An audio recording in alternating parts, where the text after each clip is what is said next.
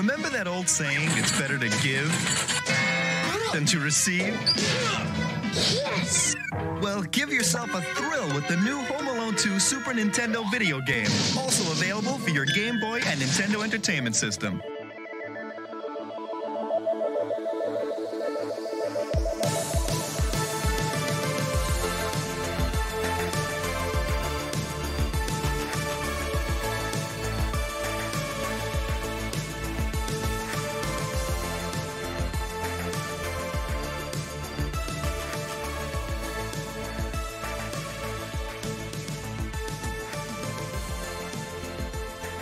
Welcome back, everyone, to Cinemarcade. This is the podcast about movies, video games, and the sparks that fly when those worlds collide. We are closing out our little mini-series. We're closing out our month of Christmas movies, and we're closing out our year of 2023. My gosh, the last recording of the entire year. And the honor goes to Home Alone 2 Lost in New York. I think that's going to be the perfect way to summarize the chaos that was 2023. My name is Steve Guntley. Who else is with me today? I'm a bird lady. No names, just Bird Lady. Just Bird Lady. Just Bird Lady J-Band. She is covered in like slightly more poop than usual today, yes. I will say. Usually you're covered in poop when you come over here. But I appreciate you sticking to the bit. Who else is here with us today?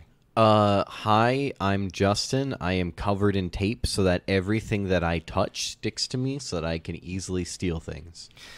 Yeah, I don't know about that mechanic. I don't know about that gimmick. You know, with the Wet Bandits branding was a lot stronger. You know, like we talked about that. You're leaving a calling card. It's like it's a way of people knowing. They're not the Wet Bandits anymore. They're the Sticky Bandits. They're the Sticky Bandits. Especially since they end up covered in syrup. It's not a good bit necessarily because you're not leaving a calling card or a mark. You're just taking some loose change every once in a while. And the rest of the time you're just sticky. Yeah, not as good of a bit. So Home Alone 2 Lost in New York was released on November 20th, 1992. It was directed by Chris Columbus, written by John Hughes, and it stars Macaulay Culkin, Joe Pesci, Daniel Stern, Catherine O'Hara, John Hurd, Brenda Fricker, Eddie Bracken, Dana Ivey, Rob Schneider, and Tim Curry. Gotta love Tim Curry. I mean, that's good in this. He's a great addition to pretty much any film, and I would argue he's pretty much needed here. So we, for those listening, we are back-to-backing these episodes. We just finished talking about Home Alone, and now we're jumping right into Home Alone 2. And I think that feels appropriate in its way because this is one of the most redundant, like, play the greatest hits kind of sequels maybe ever made. And I think there's reasons behind it, but as just kind of an example of what I'm talking about here, I'm going to describe the beats of this movie, and you tell me which movie I'm talking about, all right? All right, so this is it's a busy Christmas. Kevin has a fight with his family that leaves him feeling embittered. The family sleeps through their alarm. They rush to the airport. Kevin realizes he's alone and is happy because of the prior said rift. Parents realize Kevin is gone and have a freak out. The Wet Bandits arrive and start laying out their plans and committing small crimes. Kevin starts being excessive. He plans out some clever way to conceal he's alone. He watches a gangster movie that will be used in a later bit. He has to face some frightening consequences of his solitude. He befriends an older person who seemed scary but is actually very wise. He sets a house full of booby traps. The burglars approach it together but split up for simultaneous antics. They dodge paint cans on the stairs. They fall from a great height while on a rope. They seemingly catch up to Kevin. They're about to violently hurt him when the old person shows up out of nowhere to save him.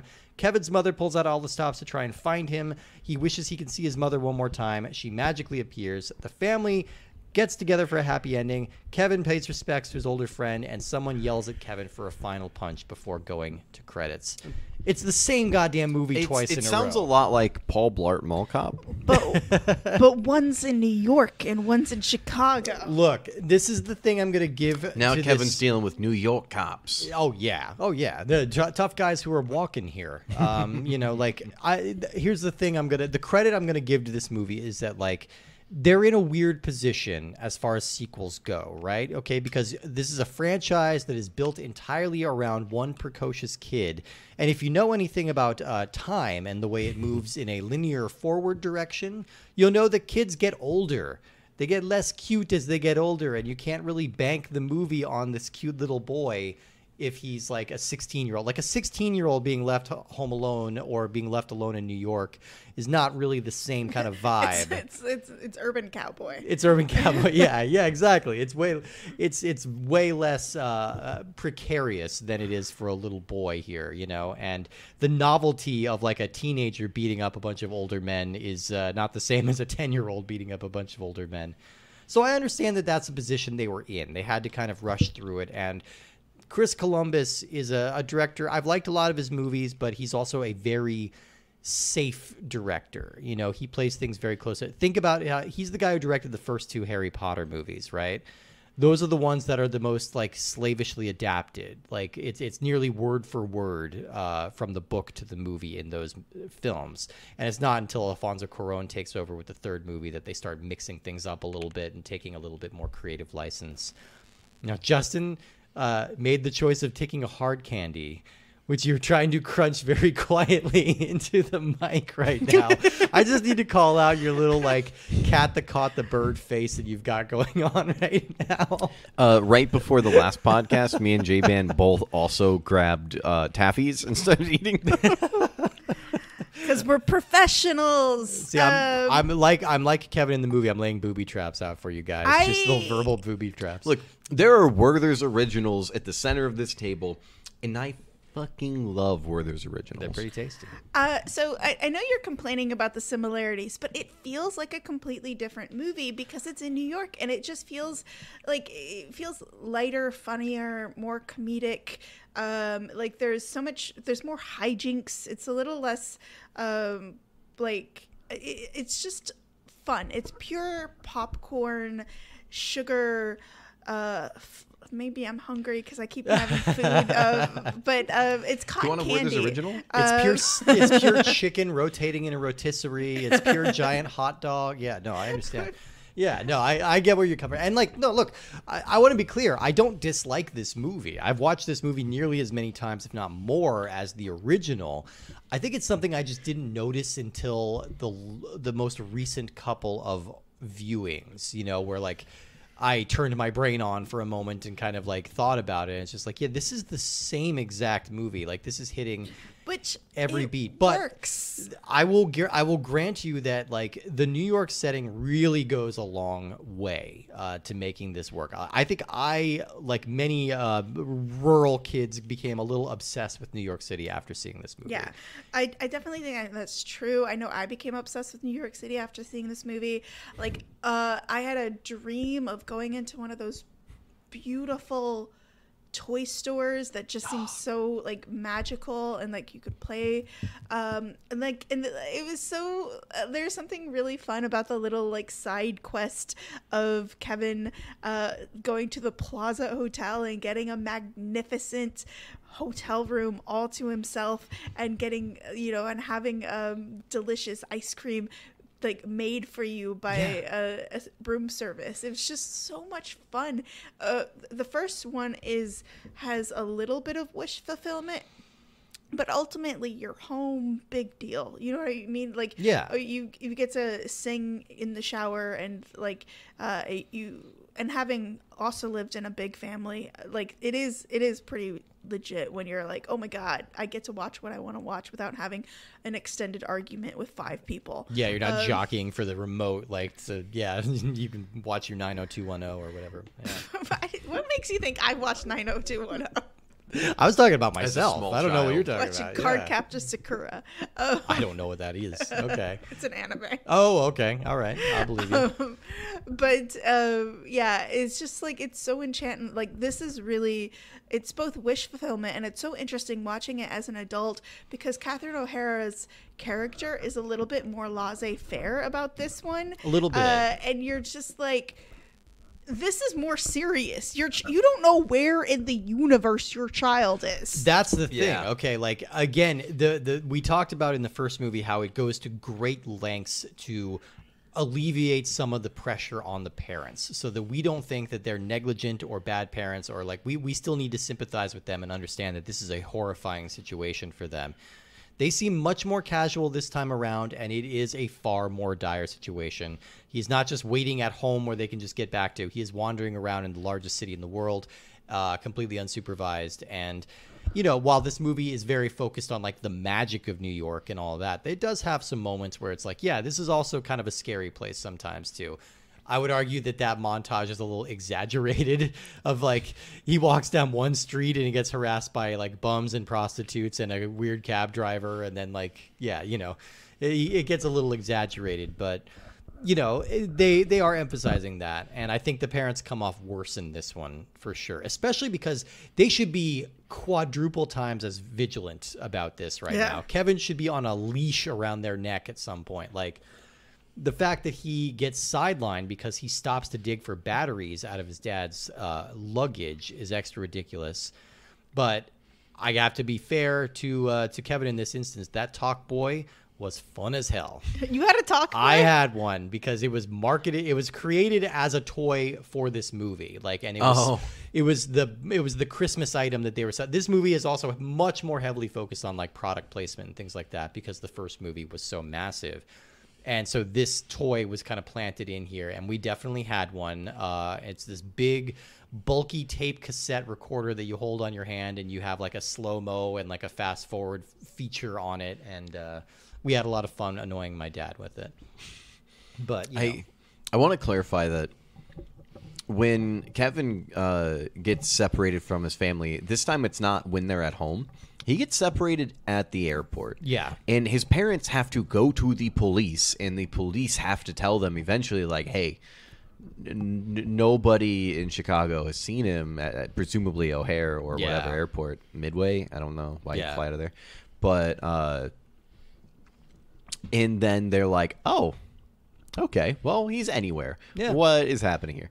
And, yeah, yeah, it's just such a weird and interesting moment of just like, come on, y'all. It is that sequel thing where you need to amplify the stakes in some way or another, but the tone doesn't really change with the raising of the stakes. Kevin is just as excited to be alone in this massive city he's never been in before without any contacts or any like resources as he was to be alone. I'll clarify. He has a lot of resources. He has too many resources. So much money, so much credit cards. So much money. And yeah, oh my God. But this is absolutely the kind of vacation I still like to take. Like when people say, oh yeah, we're going to go hiking, we're going to go camping. I'm like, no, I want to go to a hotel room. I want to order junk food. I want to be in a city. Like, I want to get driven around places. Like, that's my idea of a vacation. Shout out to Uber for making it easier. That's a great idea. Listen, I grew up literally in a cabin in the woods, so my whole perspective is skewed. Like, I grew up surrounded by nature and, like, majesty and stuff like that, and I am so bored of it. I'm like, I want to see a Panera you can Bread. Just go do it down roughly, I could. 3 miles that way. One could argue I'm currently doing that just by living in a city. But yeah, it's such an interesting movie to be like, all right, well now his mischievousness comes out even more in this movie. Yeah. Where he is now just like he had pulled in the previous movie the come on, seriously, you think I am here alone? Who would do that? Why would I be here alone buying groceries? Right. When he was there alone buying groceries. And he's like, he's pulling that move. He's openly lying to like all of the adults. Yeah. He's trying to set things up to make it look like his dad's here. Well, it's so funny because, like, I feel like the inciting incident in this one versus the other one is more serious because Buzz publicly humiliates him in front of his entire family, the entire auditorium. I don't know if it's his church or his school. Yeah, but he humiliates him during his fucking solo. Yeah. And he gives this very obviously false apology, and I feel like it's one more thing that makes the parents look bad in this movie is that they're not picking up the bullshit that Buzz is laying down. Like, come on, you guys must be like attorneys or something super wealthy, right? Like, not only are they not picking up the bullshit, but then after he gives that apology, they then turn to Kevin and ask Kevin for an apology, and I'm like, what? He has nothing to apologize. The kid was getting bullied. The only person Kevin owes an apology is that piano player. Oh, yeah. She got a little messed up. Yeah, for sure. But, he didn't intend to do any of that. He was justifiably angry. Yeah, so it does feel a little sweatier that they need to get to that same point as they did in the first movie. And, you know, like the movie it's one of the things that annoys me about like really similar sequels. I think The Hangover 2 does this really bad too, where it's functionally hitting all the same beats and the characters keep commenting on it. Like when they get up from being late for sleeping in, they have to yell, "We did it again!" Or, you know, Catherine O'Hara says, "Last year we had a problem that started just like this." It's like, yeah, I noticed that. Yes, it's starting the same way. And again, look, I'm sympathetic. Look at where Macaulay Culkin is in his career at this point. He got $100,000 for the first movie, which is not insignificant for a kid, but it's also like for the lead of a movie that feels a little low. He got $5 million for this movie. Oh, hell yeah. Plus, he gets like something crazy, like 20% of the gross residuals on this movie, like Jesus. Forever. So who negotiated that deal? Yeah, you know, he was in the position to negotiate. Like, he could have walked away from the table and they would have been screwed because that first movie was such a lightning in a bottle kind of hit, and it was all contingent on this kid not going through puberty yet. How good did this do in the box office? It didn't do quite as well, but it was still a huge hit. Like, I think it still made like $200 million. You know, it was still very, very successful. Whoever his manager or agent is, as long as they're not terrible people, man, they're terrible people. It's his dad. His dad. Oh, Kid Culkin, his dad. Oh, who Macaulay Culkin claimed was abusive to him and his siblings, and like he's not a good guy. You know, so like less props to him then. Macaulay Culkin in a very weird position. This is arguably the height of his like title, like name above the marquee, like movie stardom. You know, so there's a lot of extra scrutiny on him right now.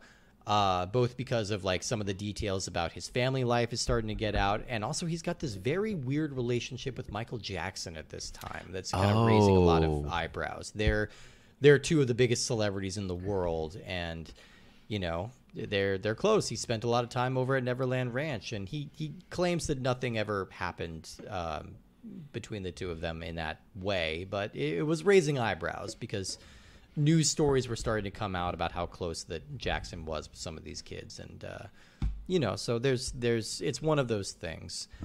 But yeah, so it's no surprise that Culkin was getting kind of burnt out. You know, like we said, Richie Rich in 1994 is kind of his last go. And by 1994, his voice is already changing and everything like that. So there's no more Home Alone in the future for him. There are still more Home Alone movies after this, though. So yeah, Home Alone 3 came out in 1997. That's directed by this film's editor, Raja Gosnell, and it stars a totally different kid. It's a kid named Alex D. Linz, who didn't really have the career. And this movie kind of came and went. I don't think it was a success at the box office. I think you only remember it now because it's like, you know, oh, hey, is that Scarlett Johansson as the older sister? Like, you know, it's one of those movies. And it's like 4 burglars, and they're all like Russian super scientists or something. Like, it's weird. Like, it's not as bad as you might think it is, but it's also just not of the same caliber. And then there were 2 more direct-to-video Home Alone sequels with some anonymous kid that came out with diminishing returns. And then just last year, there was a new Home Alone movie on Disney Plus that nobody paid attention to. And we're in an era when people are so thirsty for Christmas movies, like. We have this new Home Alone with Ellie Kemper in it playing the burglar, and it's like nobody saw that thing. Yeah. So yeah, it is one of those franchises where they had to strike while the iron is hot.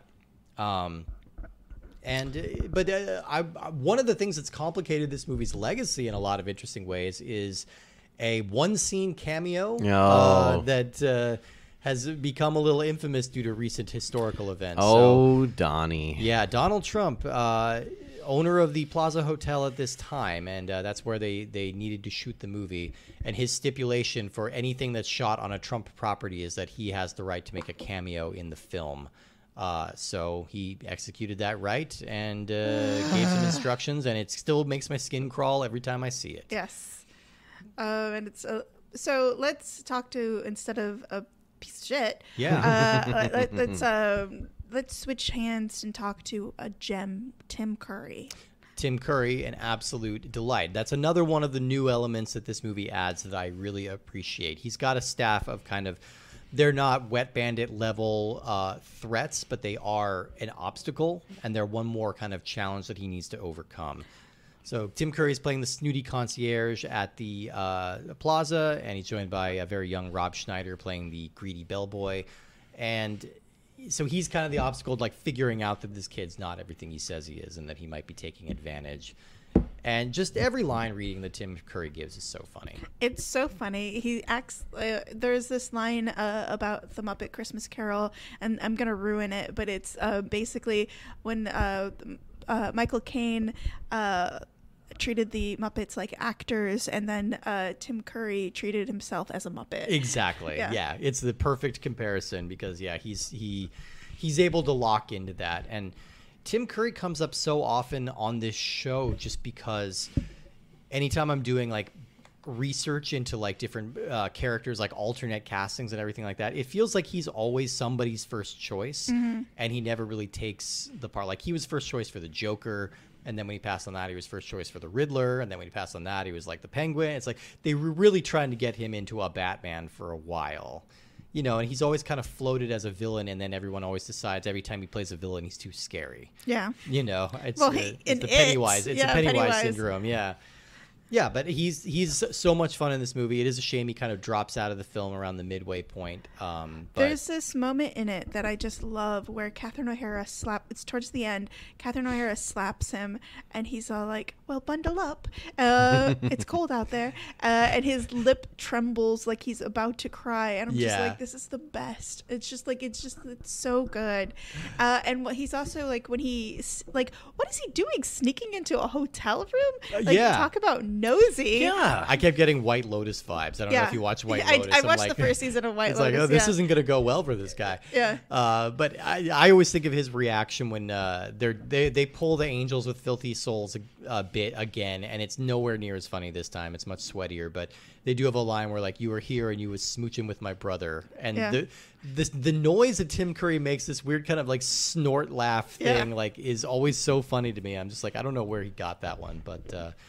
That is probably the biggest laugh of the movie. It's like, you've been smooching with everybody. Cliff. Cliff is secure. No, it's a lie. Yeah, that's one of the better gags.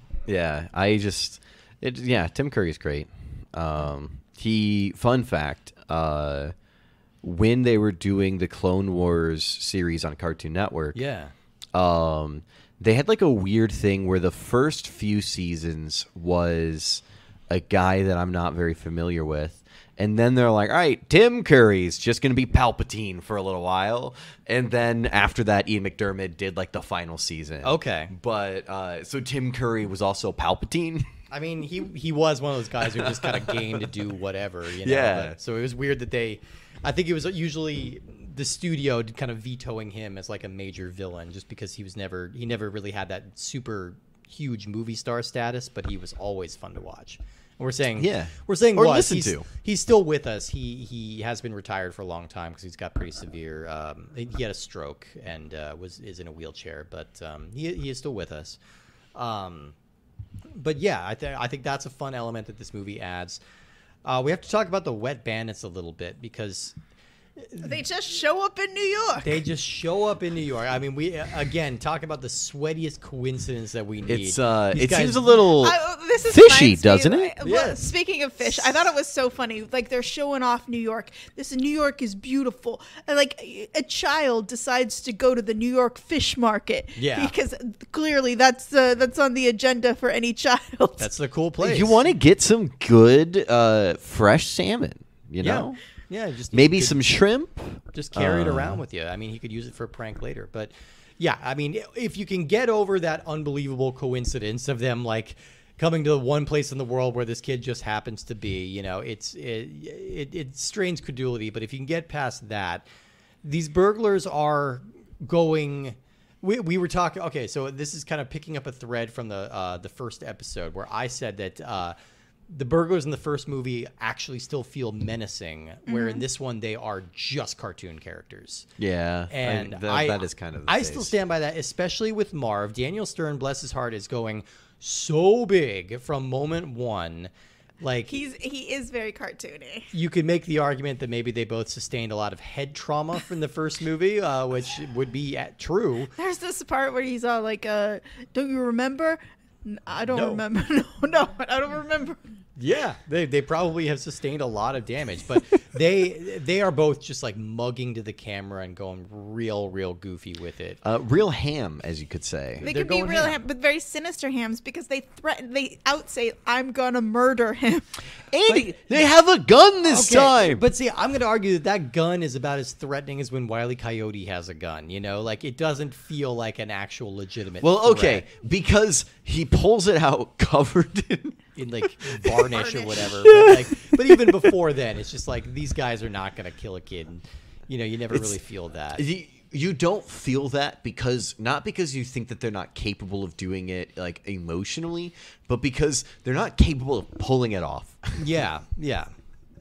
There's before we get to the booby trap extravaganza, I want to talk about the subplot where he befriends an older bird lady in the park. Yeah. Loved that subplot as a child. Yeah. I loved that subplot so much. It was like so her cute. going to like the orchestra, having this sort of secret, like hidden, like tete-a-tete with like this magical thing of being in like the gods of like the orchestra. I just like was so magical. Look, I love Brenda Fricker, this actress. She was fresh off an Oscar win for My Left Foot. She plays Daniel Day-Lewis's mom in that. Like, My Left Foot? Great movie, yeah.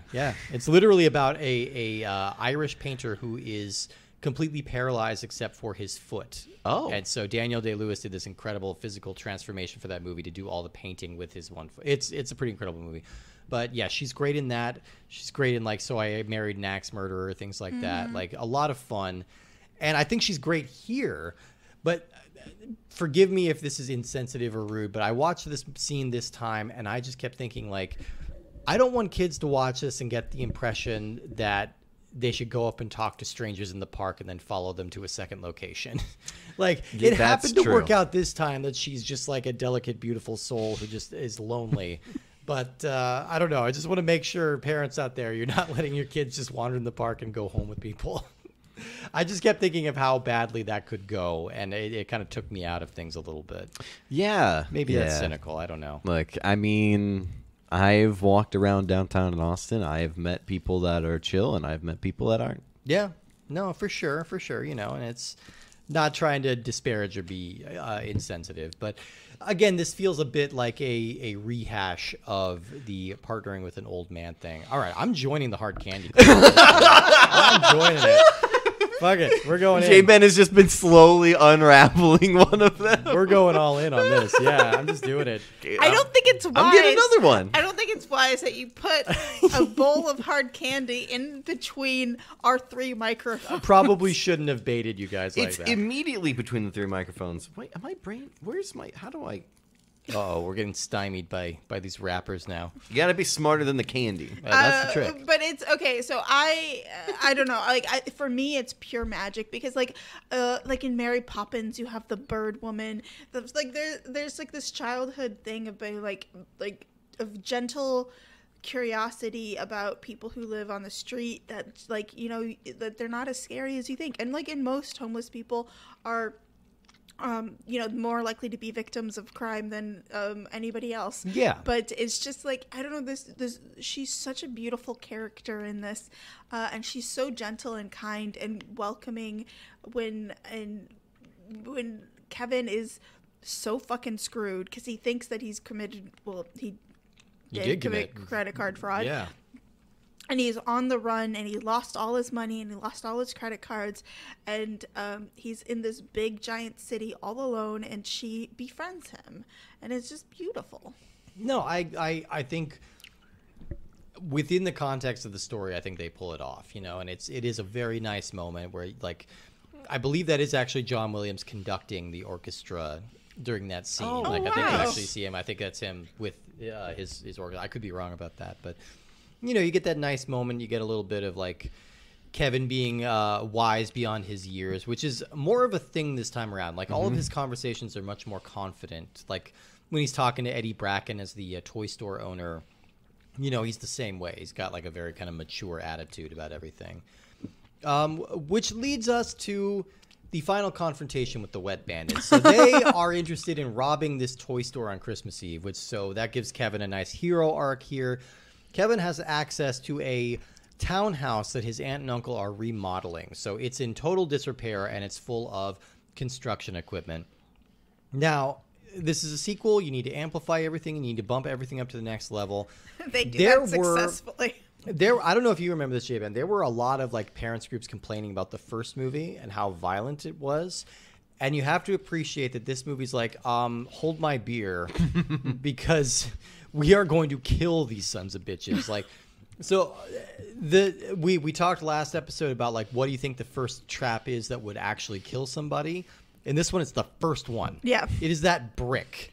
Okay? One brick falling from that height would kill you. Marv takes 4 in a row in the head, and I can't help but wince at that. Like, that's the first salvo. That's the first attack, is those 4 goddamn bricks. Well, and there's no reason for him to do this. He sees them in the thing. He could have called the cops to be like, the white bandits are breaking in, and then break the window. I hope that he calls them and just says that as like, the wet bandits are breaking in, and then hangs up. And they're like, what? Okay, thanks. Yeah. But the violence is completely optional in this. Yeah. And it's so interesting. Like they really up the stakes, and then like the traps are so dangerous. I mean, I'm worried about Kevin handling these traps. Like, he fills a toilet with kerosene. And also, like, his whole plan was involving getting this man to dunk his head into this toilet. Like, I mean, he's first of all, he's setting his head on fire, which is already, like, fucked up. And then, like, he's just contrived this entire plan that requires this man to stick his head in the toilet. Well, and he was doing it all before YouTube. Yeah. Like, draining a toilet before... Like, all of these things, he's just like, it stretches the bounds of credulity. Oh, yeah. The thing about the first one that was really, like, I liked him using micro machines to trip up the bandits. I like him using Christmas ornaments to cut up the feet. Like, there's, I still really like this. I really think it's a really great set piece, but it is so violent and so, but I'm like, I don't have a problem with the violence. I watch violent things all the time. What I think is interesting is the fact that it's like this construction place, work site drama. Yeah. No, I missed the kind of whimsy of him using like kid stuff to set these traps, and then you have that dynamic of like they're really being foiled by a little boy. This time it just feels like a violent sociopath with access to nail guns and staple guns and electric generators. Like, he's so many ways that these men were gonna die. I thought it was interesting when they chose to make Marv like his hair explode and then like it'd be him just be a skeleton. Yeah. I'm like, dude, that would kill him. Yeah. No, absolutely. And like, he's mugging so hard. He's like doing like scales and everything with his screaming and everything, you know, to help alleviate some of that. But there comes a point, it's kind of like the nail in the foot in the first movie. There comes a point when something like is so violent and so upsetting that you can't really get past it. And like, there's a couple of things in that. Oh, I can get past it. Like, none of it, it's upsetting to me. Even as an adult, but I do think like, so at a moment I was like, for a second I was taking out of it and I was like, oh my God, Kevin, you could have killed that man. Yeah. And he's taking delight in this. Yeah. Kevin doesn't seem to give a fuck about whether or not he kills them. No. I think Macaulay Culkin did like a Funny or Die video. Does this sound familiar? Like, where he is like a grown-up serial killer now, you know, like he just likes, he's kind of like a Saw kind of situation where like Macaulay Culkin came back and did the skit or something and is just like a monster. Because that's kind of what he's evolving into at this point. A very, very privileged, young, angelic-looking boy. And look, I saw The Good Son. I know what he's capable of. You know, he's a terrifying little child. Yeah.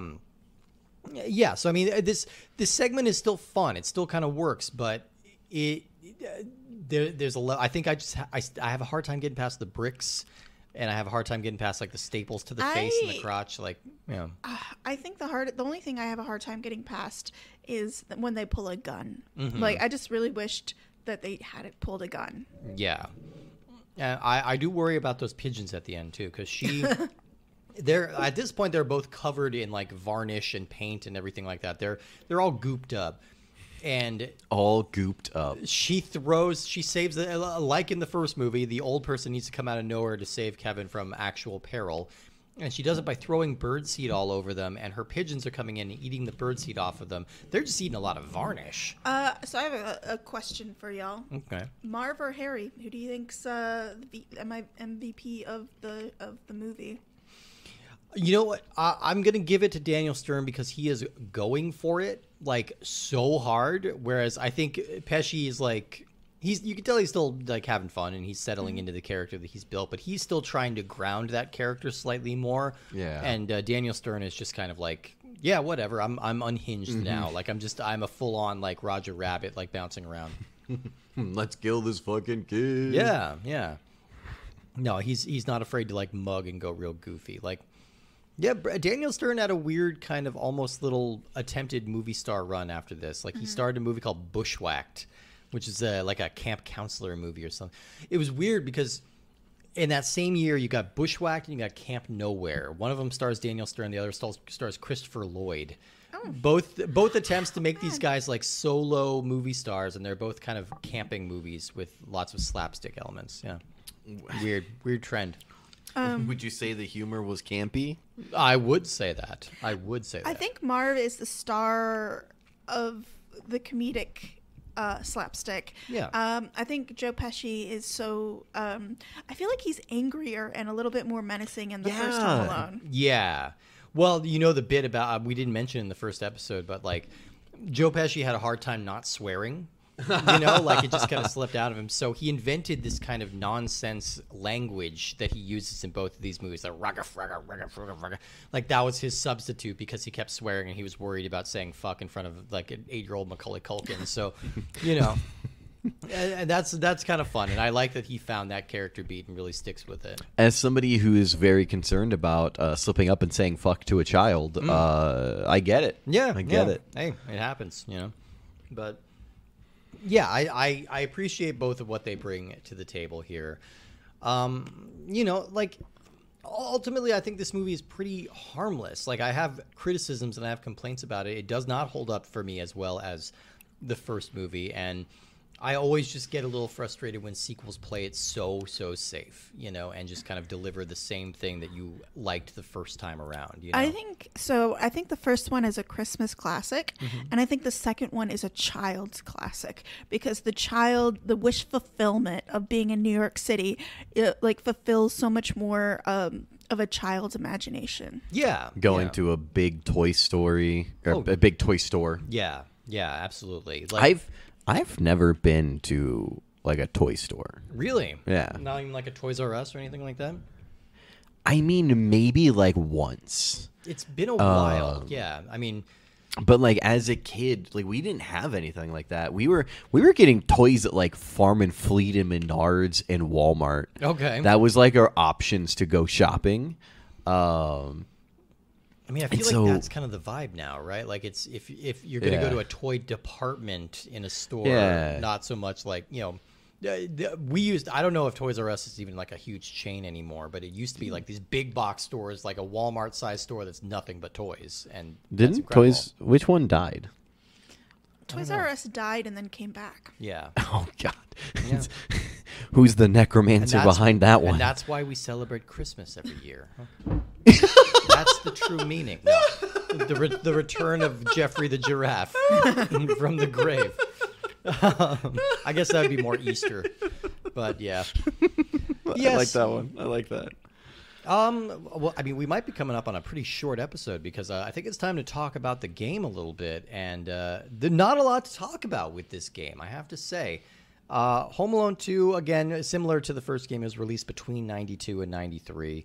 It was developed by Imagineering, published by THQ, and available on the NES, the SNES, Genesis, Game Boy, and DOS. And yeah, like, whereas the first movie, or the first game, like the NES game that we played that is trying to mimic a specific moment from the movie, I think this one is just trying to be a side-scrolling platformer. Like, this one is not very interested in verisimilitude. It's not really trying to hit these same notes. Case in point, you're getting attacked by luggage in this game. You're getting attacked by luggage that just slides. Yeah, lots of suitcases, lots of duffel bags jumping around trying to attack you. Like, you know, it's just kind of typical platforming stuff. And I don't know if that's better or worse. Are hotel workers, maids, concierges, like people, like bellhops. People probably working like normal jobs that they don't get paid enough for. Like, yeah, and now this privileged little kid is just running around shooting them with a slingshot. Except you don't have a slingshot in this one, right? You have a little dart gun, right? Yeah. Oh, yeah, I didn't find that.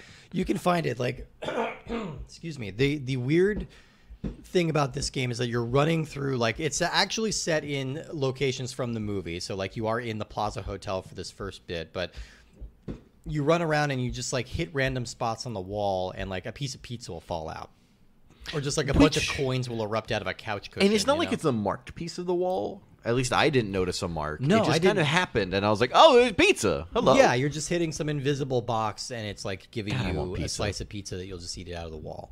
Look, I would eat wall pizza right now. You would eat wall pizza. I would eat wall pizza. You're going on the Castlevania diet. You're just going to eat like turkey legs that you find in a rock. Yeah. Yeah. Just Is that not what you base your life around? Eat a salad that you punch out of an oil drum, you know.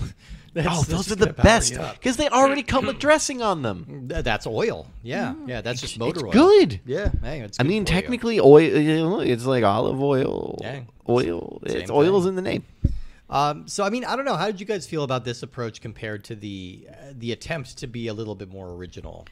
I liked this game in the sense that it had the actual actors, except for it didn't have Tim Curry. No. But it had Joe Pesci and the guy who played Marv. Gainister. And it definitely was trying to stick close to the movie, and the animation was pretty good. I think it was not exciting. No. Yeah. But I thought it was more functional than the other two games that we played for Home Alone.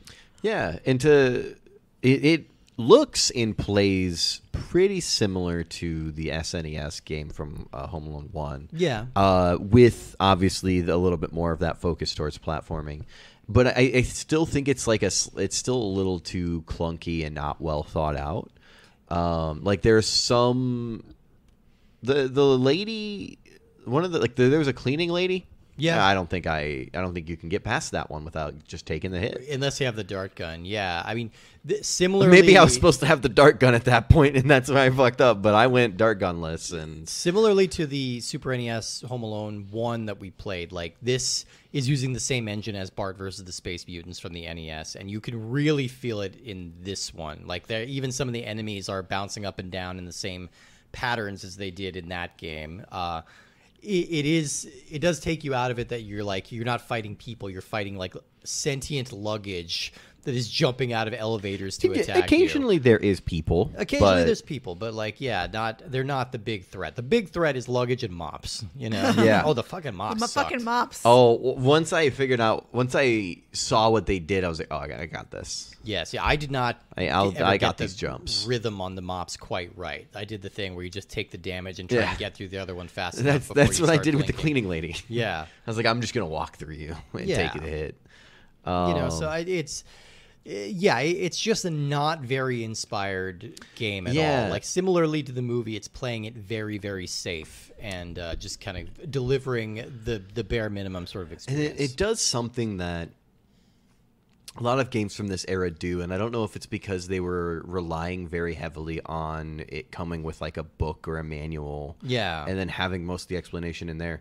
But there's not really like enough motivation to like make you care about what's happening. You're just like, all right, I'm Lil Kevin. Yeah. Lil K walking around. Yeah. I mean, it is frustrating that traps just don't play a role in this game at all.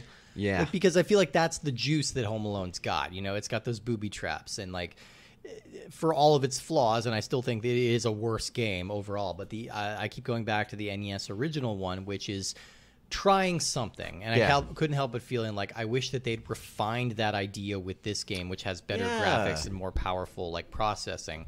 Refine that idea a little bit. Like there's some juice to that. Yeah, I mean, I definitely think that would have been great. Instead, we get a worse platformer than fucking... It'll Come to Me. It's there, but... One of the ones we played? Wayne's World. Oh, Wayne's World. Okay, yeah. Hard to say. Wayne's World was...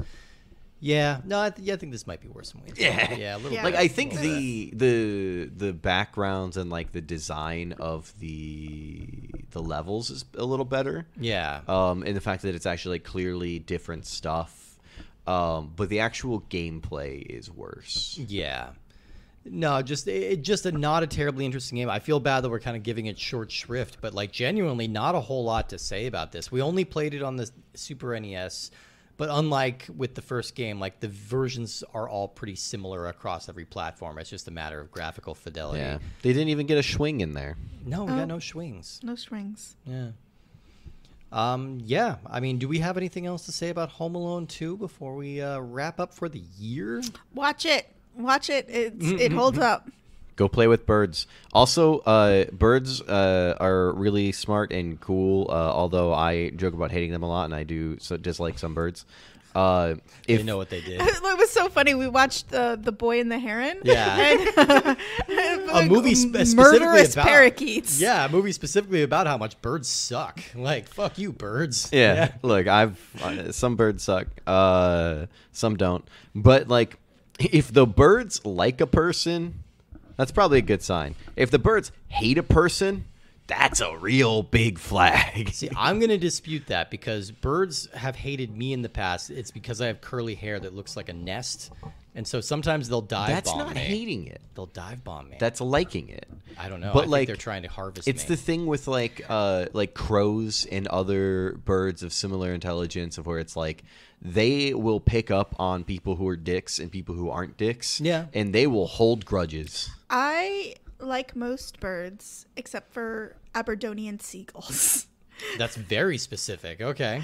They're very big, very smart, malevolent bitches. Okay. These are specifically just seagulls in Aberdeen, Scotland? Aberdeen, Scotland, Okay. yes. Okay. This is the opposite of my least favorite bird, the pigeon, which is just dumb as fuck. No, Hey. pigeons are adorable. Pigeons are war heroes. Yeah. But look, my experience with pigeons is that they like to make nests near my windows, but not on my properties or like my apartment or with the house that we're renting, anything like that. They just like to hang out nearby and annoy me. Okay. With their Pigeons aren't cooing. annoying. Well, that's adorable. Their cooing is adorable. You wait till you meet an Aberdonian seagull, Justin. The day will come. The day will come. Where are those at? Aberdeen, Scotland. All right. Well, all I'm right. sorry to spring this on you, but I have a surprise guest, a flock of Aberdonian Oh seagulls, my God! ladies and gentlemen. No. All right, well, let's move on to our rankings of this movie. Is it a good movie, good game, bad movie, bad game, or some mixture in between? J-Ben, how about you? What you got? Good movie and a functional game. Okay, yeah, I think that about covers it, yeah. You're taking the thunder out of me doing that. Yeah, it was a good movie, subpar game. The game works. It's not as clunky as the others do, but it's just not much. I might have to go bad movie, bad game. Oh. I might have to go bad movie, bad game. I think it's... No, I'm going to be... It's definitely a fun movie. I'm going to go good movie. It's so borderline for me, though, because I don't know. There are just so many things about it that You hold that a bother grudge me. about similarities. It's not even that. It's not the similarities. It's the laziness. It's the fact that they had no interest in like furthering any kind of arc or establishing anything. It's just play the hits again. But you know, they Play the hits again, but hit harder. They threw in Tim Curry, and the movie really moves, and it's pretty watchable like the first movie. So I'm gonna say a marginal good movie and a pretty bad game, a mediocre game. Well, that closes out our month of holiday movies and our entire year of 2023. I just want to thank everybody for listening. I want to thank the two of you for doing this show with me. Been Yeah. having so much fun, and I hope people are going to continue listening to the new year. We're going to be kicking off with a Justin's Choice, because that got a little sidelined. J-Band's Choice wound up segueing into an Aliens miniseries, and then we had a whole holiday series. So you've been very patient, and I'm very curious about what you've chosen for us to play as the first game in the new year. I just want to like add on to that of like, thank you all for listening. I was pretty sure that there was only going to be like 5 people listening, and I was told that that was not quite correct. No. And I was like, oh, dang, people do listen to us. So thank absolutely. you. However, opening up the new year is it's a movie that I enjoyed, and I'm interesting to see how it holds up because I haven't seen it in like a decade. Ooh, okay. But it is the Thomas Jane Punisher. Oh, good choice. I'm excited to play that game again. Okay. I did play. Look, that's a game. That game is messed up. Yeah. I played that game when I was a kid. That's going to be an interesting one. Okay, so we are going to be talking about The Punisher from 2004, I believe, 2005, I think so. Somewhere around there. Interesting. A movie and a game I have not revisited since about that time. So I'm excited to. That's an interesting. That's the last choice I would have expected. Again. In like 2013, 14, somewhere around there. But it's been like a decade since I've seen the movie. Haven't played the game in forever. So it'll be really interesting to see how both of them hold up to what I remember. Well, I'm excited. That's a great choice. That's really cool. I did not see that one coming, and I'm excited to dig into it. Also, if anybody, and I'll probably mention this again, if anybody likes The Punisher, they did a really decent job with the Netflix Daredevil and Punisher series. So. Okay, see, I never got around to that one. Yeah. I like John Bernthal. I loved John Bernthal Daredevil so fucking so good. much. And some of Justin, you know about the Daredevil thing, right? Which thing? So I recognized Daredevil stunt double's butt from Oh, Captain America. yes! From what? And I was like, so I was watching Daredevil one day, and I was like, I fucking love Daredevil, and Daredevil's stunt double has the best butt in the universe, and I was like, I know that butt, and I looked it up, and the same stunt actor is the same stunt actor for Captain America as for Daredevil, and hence the America's ass belongs to a stunt double. It does not belong to Chris Evans. Oh my God, that's amazing to know. I just built a Lego that has America's ass on it. Like, yeah, it's over there. It's weird. It's prominent. It's prominent. This is some great like butt knowledge that I didn't know that I needed to know. And I hope that'll be a suitable note to close the year out on. Thank you, everybody, for listening. Have a very happy new year. We will see you in 2024. Enjoy. This will come out after Christmas? Yes, this will be the last one. Hopefully you all had a good Christmas, and enjoy the rest of the New Year's time off that you hopefully get. All right. Keep the change, you filthy animals. We'll see you.